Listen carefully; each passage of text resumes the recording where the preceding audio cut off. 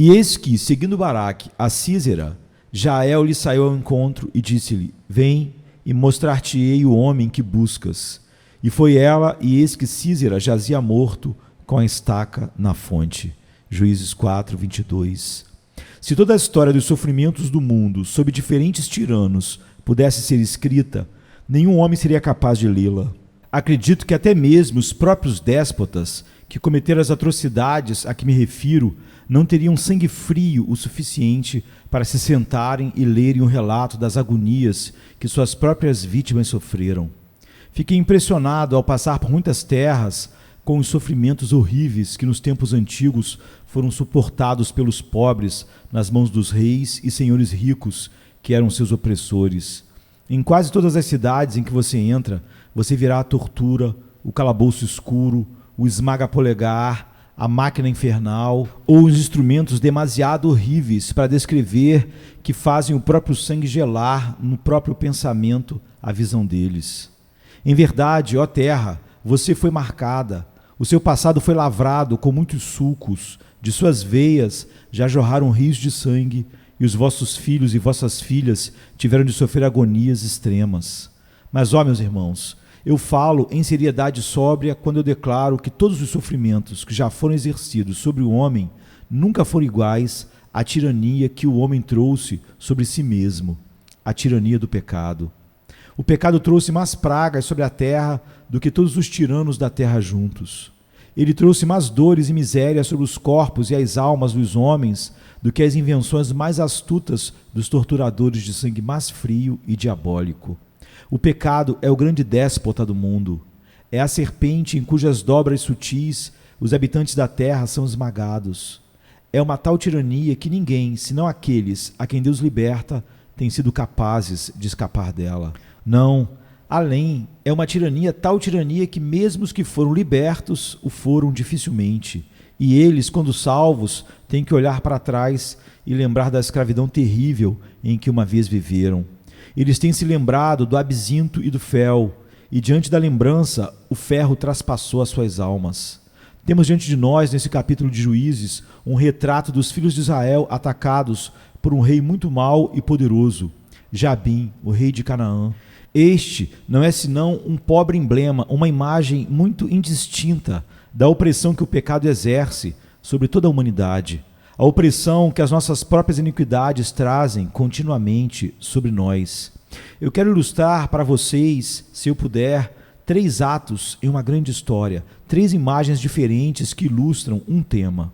Eu confio que muitos de nós passamos por todas as 3 imagens. E como vamos olhar para elas enquanto as pinto na parede, eu penso que muitos de nós serão capazes de dizer: eu estive uma vez nesse estado. E quando chegarmos ao fim, espero que possamos ser capazes de bater palmas e nos alegrarmos, sentindo que o último estado é o nosso caso também, e que nós estejamos na situação do homem com a descrição da nossa conclusão. Mas agora queremos olhar apenas para a primeira imagem. O pecador crescendo, inquieto sob o jugo dos seus pecados e planejando uma revolta contra seus opressores. Disse que quando o homem nasce um escravo, a escravidão não lhe é tão cansativa como quando ele uma vez foi livre. Você encontrará isso, talvez, em aves e animais que mantemos sob nosso controle.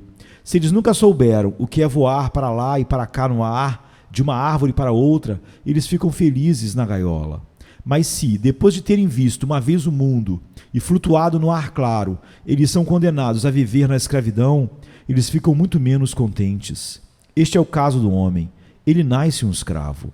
A criança no berço nasce sob o pecado, e à medida que crescemos, vestimos nossas algemas e mal sabemos que elas estão sobre nós.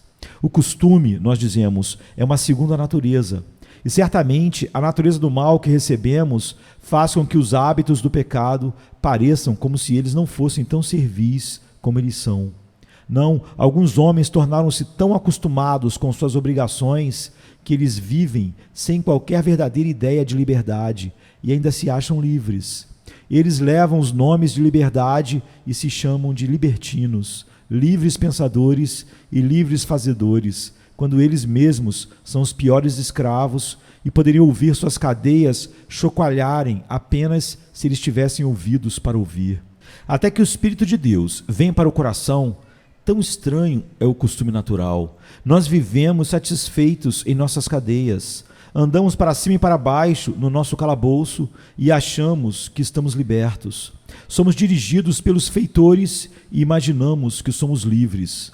Uma vez que o Espírito de Deus entra em nós, uma vez que deixamos o som de uma palavra de vida e liberdade entrar em nossos ouvidos, uma vez que deixamos o Senhor Jesus falar, começamos a ficar insatisfeitos com a nossa condição. Agora nossas cadeias nos preocupam. Agora sentimos os grilhões muito apertados. Agora temos tempo para um deslocamento mais amplo do que tínhamos antes. E não nos contentamos em estarmos acorrentados para sempre a um desejo pecaminoso. Começamos a ter um desejo de algo melhor, embora não saibamos o que é.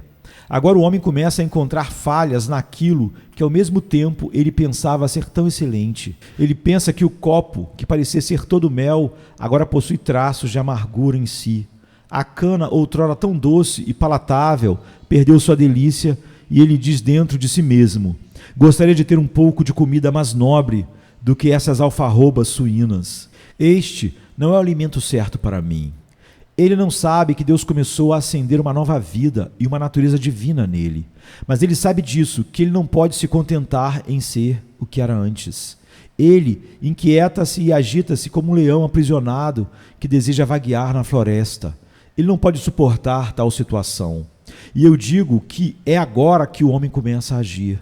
Sua primeira ação é a ação dos filhos de Israel. Ele começa a clamar ao Senhor. Talvez não seja uma oração, como usamos o termo em uma conversa normal. Ele não pode colocar muitas palavras juntas. É um suspiro que ele não sabe o propósito. É um gemido por algo, uma coisa indescritível que ele não tem visto ou sentido, mas de cuja existência ele tem alguma ideia. Ó Deus, diz ele, livra-me. Ó Deus, eu sinto que eu não sou o que eu deveria ser. Eu não sou o que quero ser. Estou descontente comigo mesmo.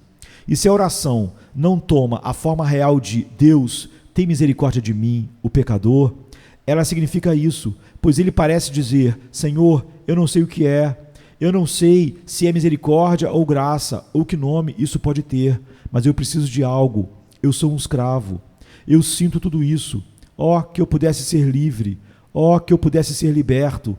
O homem começa agora, notem, a olhar para algo maior do que ele já viu antes. Depois dessa oração, vem a ação. Agora, diz o homem, eu devo começar a me levantar e agir. E se o Espírito de Deus está realmente lidando com ele, ele não se contenta apenas com a oração. Ele começa a sentir que, embora seja pouco o suficiente que ele possa fazer, ainda assim ele pode fazer pelo menos alguma coisa. Ele abandona a embriaguez de um só golpe. Ele coloca esse inimigo na poeira. Depois, aos pecados de maldição e de palavras torpes. Ele tenta superar o inimigo, mas o juramento profano sai da sua boca quando ele menos espera. Talvez ele lhe dá semanas de luta, mas por fim, este pecado também está superado. Em seguida, vêm as práticas pecaminosas do seu ofício. Ele sente elas ferirem sua consciência.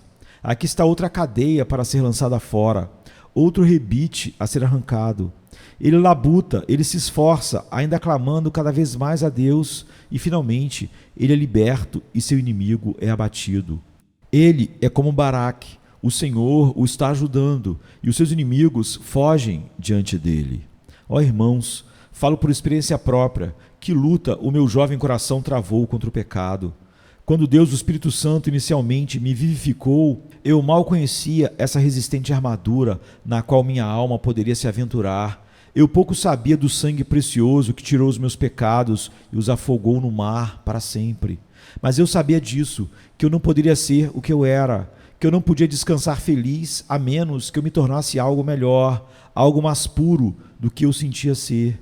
E ó, como meu espírito clamou a Deus com gemidos, digo sem qualquer exagero, gemidos que não podem ser descritos. E ó, como eu procurei no meu pobre caminho escuro vencer pela primeira vez este pecado e depois outro, e assim fazer a batalha na força de Deus contra os inimigos que me atacavam. E graças a Deus, não completamente sem sucesso, embora ainda assim a batalha teria sido perdida, a menos que ele, que é o vencedor do pecado e libertador do seu povo, não viesse e colocasse as hostes em fuga. Não tem aqui alguns de vocês justamente nessa posição? Eles não chegaram ao Monte Sião ainda, mas estão lutando com os amalequitas no deserto. Eles não vieram ao sangue da aspersão, mas de alguma forma ou de outra, eles não sabem qual é exatamente a condição deles. Eles estão lutando até a colina contra o medo de algo que eles gostariam de superar. Eles não podem renunciar à luta. Às vezes, eles temem ser vencidos no final. Ó, meu irmão e irmã, eu estou contente de ver que o Senhor tem feito muito por vocês. Este é um dos primeiros sinais da vida divina, quando começamos a lutar contra o pecado. Então, coragem, irmãos e irmãs. Haverá um outro quadro ilustre em breve, e que deve ser a sua imagem também, quando vocês serão mais do que vencedores por meio daquele que vos amou. Mas atrevo-me a dizer que esta não é a imagem de todos aqui.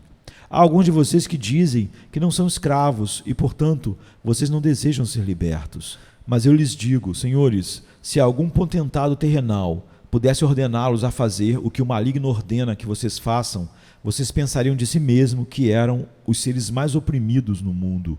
Se houvesse uma lei aprovada no parlamento e houvesse poder para executá-la, de forma que vocês deveriam ir e se sentar por muitas horas da noite até a meia-noite e beber alguma má coisa venenosa que roubaria seus cérebros, de forma que vocês devessem ser carregados para casa, vocês diriam: que vil tirania, vil forçar homens a destruírem suas almas e corpos dessa forma.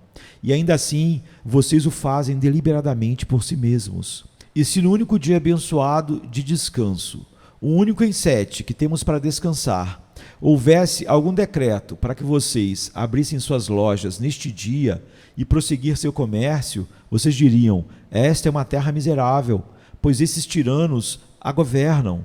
E vocês declarariam que não fariam isso. E assim mesmo o diabo faz com vocês, e vocês vão e abrem suas vitrines tão avidamente como se pudessem obter o céu por meio do vosso comércio. Que escravos homens fazem de si mesmos quando eles mais pensam de si mesmos como livres. Eu já vi um homem trabalhar mais e gastar mais dinheiro em busca de prazer naquilo que lhe faz mal e adoece, que faz com que seus olhos avermelhem e todo o seu corpo fique febril, mais do que ele teria feito se 1000 atos do parlamento tentassem dirigi-lo ou obrigá-lo a fazer isso. O diabo é realmente um tirano cruel com seus súditos, mas ele é um tirano que eles voluntariamente seguem. Ele lança sobre eles suas correntes, e enquanto eles pensam que estão andando de livre e espontânea vontade, ele fica sorrindo o tempo todo e pensando em quando o riso vai mudar para lágrimas amargas, quando eles serão desenganados no dia terrível em que o fogo do inferno deverá queimar suas ilusões e as chamas do abismo dissiparão a escuridão que tem escondido a verdade de Deus de seus olhos. Essa então é a primeira imagem. O pecador descontente guerreará contra os seus pecados.